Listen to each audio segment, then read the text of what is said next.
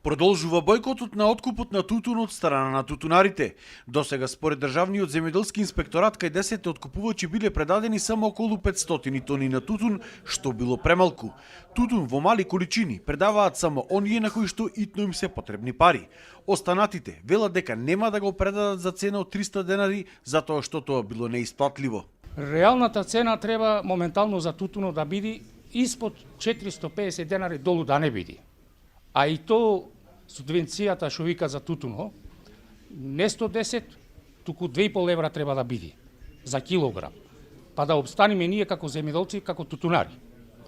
Оти овде моментално ова година не 13 килограми, милиони килограми тутун, туку немаме ни 10 ова година. Само ова рекламација си прат меѓу себе. Ние тутунарите не се слагаме со таа ситуација. Тутунот лично мене ми е спремен, скоро 80%, али за таа цена не го предаваме до последен ден. Не ни се исплати, значи нас маката не ни се исплати за 300 денари тутуна се предаде. Поради што? Зголемени трошоци, намалено производство, значи по декар приносите се намалени, а трошоците се зголемени. И тука имаме некој проблем. Ние тутунот испод 400-450 денари, значи во просек не ни се исплати да го предаваме. Председателот на Комисијата за земјоделие од ВМРО ДПМН Цветан Трипуновски на денешната средба со тутунарите од Прилепско истакна дека тие ќе побарале од владата производната цена на тутунот годинава да ја утврди стручната јавност и таа цена да се зголеми за 30%. Таа цена на пазарот би се диктирала преку државниот комбинат во Прилеп, а како втора мерка субвенцијата за прва класа од 80 денари државата да ја зголеми на 110 денари за килограм.